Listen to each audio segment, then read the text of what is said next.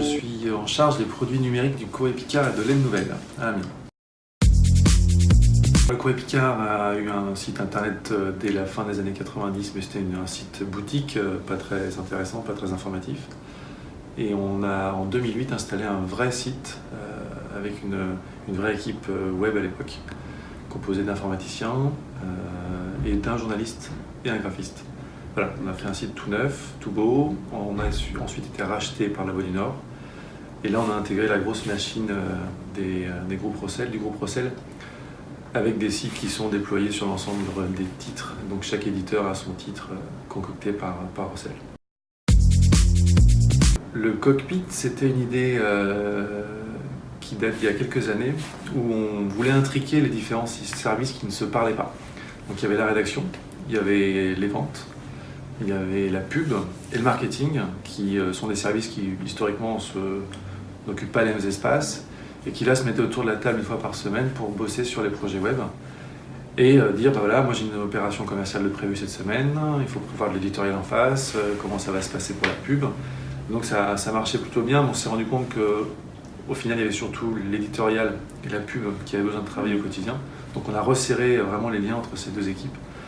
Et on n'appelle plus ça le cockpit, on va vers un service web, notamment dans les prochaines semaines, puisqu'on va changer d'organisation et de site. Et donc on va travailler vraiment plus main dans la main avec la pub, le marketing et l'éditorial. Aujourd'hui, côté rédac, on est 5 journalistes. Il y a un référent à la pub et au marketing, il y a un chef du développement numérique. Et on travaille tous ensemble. Et dans quelques semaines, quand on va changer nos sites internet au Courrier Picard et à l'Aide Nouvelle, on va passer à 7 journalistes côté web. Et puis un renforcement du travail avec le marketing et la pub. Alors on a mis en place beaucoup de monitoring de nos différents sites. Donc on a un suivi en temps réel des stats, c'est pas terrible. On a un suivi du nombre de personnes qui sont sur le site. Ça nous permet de savoir très précisément quand on fait un push, quand on lance une info sur les réseaux sociaux, si ça mord, si ça prend bien. Donc là c'est de l'instantané. Et on a beaucoup de monitoring sur le reste des stats de consultation, d'où viennent nos internautes, de quel device, est-ce qu'ils viennent de téléphone, est-ce qu'ils sont en mobilité pour la faire simple, ou est-ce qu'ils sont sur des desktops.